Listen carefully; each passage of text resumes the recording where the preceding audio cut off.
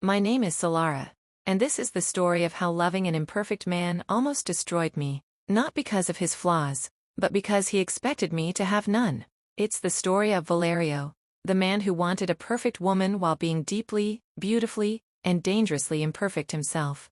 Valerio entered my life the way storms enter the sky, beautiful, exciting, and impossible to ignore.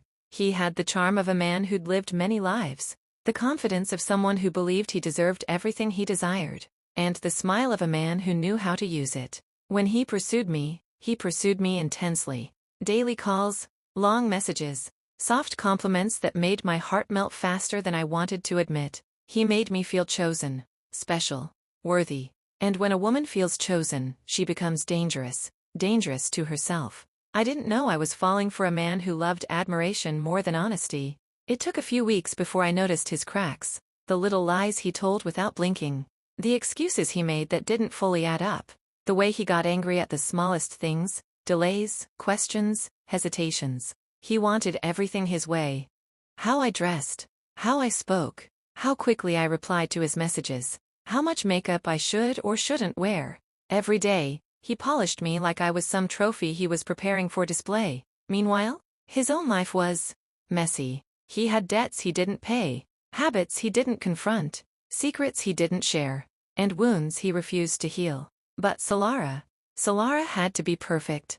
Zero flaws, zero mistakes, zero humanity. His standards for me were skyscrapers. His standards for himself barely left the ground. If I raised my voice, I was disrespectful. If I asked questions, I was nagging. If I expressed my feelings, I was too emotional. If I didn't dress the way he liked, I was slipping. If I didn't answer immediately, I was losing interest. Meanwhile, he ignored messages, forgot promises, came late without explanation, acted stubborn when he was wrong, and expected forgiveness like it was his birthright. One day, I asked, "Valerio, do you think you're perfect?" His reply, "No. But I expect my woman to be better than me. Better. Not equal. Better." It was the moment I realized.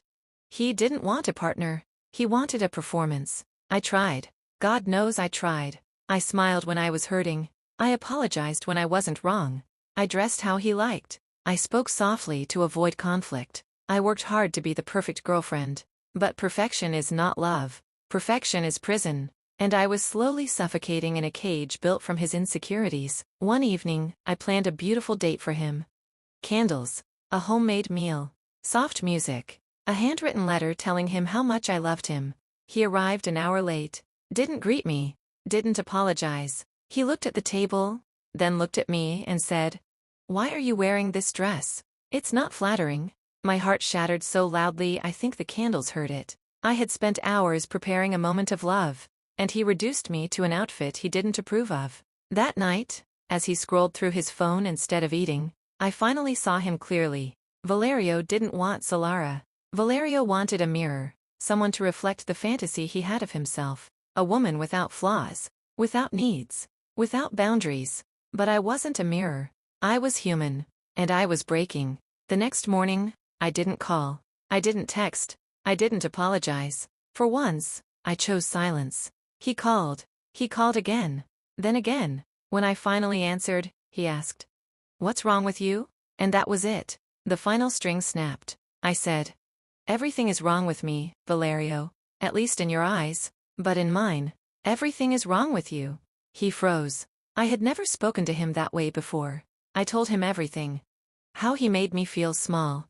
How he demanded perfection he didn't offer. How he wanted a woman who would fit his fantasy while he refused to fix his reality. He tried to interrupt. I didn't let him. I said, "You want a perfect woman, Valerio, but you aren't even a consistent man. You want loyalty while you flirt with attention. You want my patience while giving me stress. You want my softness while offering me sharpness." His voice cracked. "So what are you trying to say?" I took a deep breath. "I'm saying I'm done auditioning for a role in a script you don't even follow yourself." He tried to hold my hand. I stepped back. He begged. He apologized. He promised to do better. But promises don't erase patterns. I walked to the door and said, "You want a perfect woman. Go look for one. I'm done trying to be something no human can be." And I left. Not angrily. Not dramatically, just peacefully. Sometimes leaving is the loudest thing you can do. After I left, I learned something valuable. Men who demand perfection often do it to hide their own imperfections. They project, they blame, they control. And when you leave, you expose the truth. They never wanted love, they wanted power.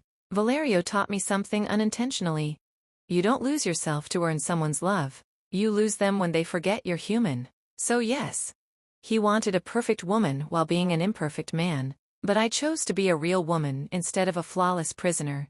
And that choice saved my sanity.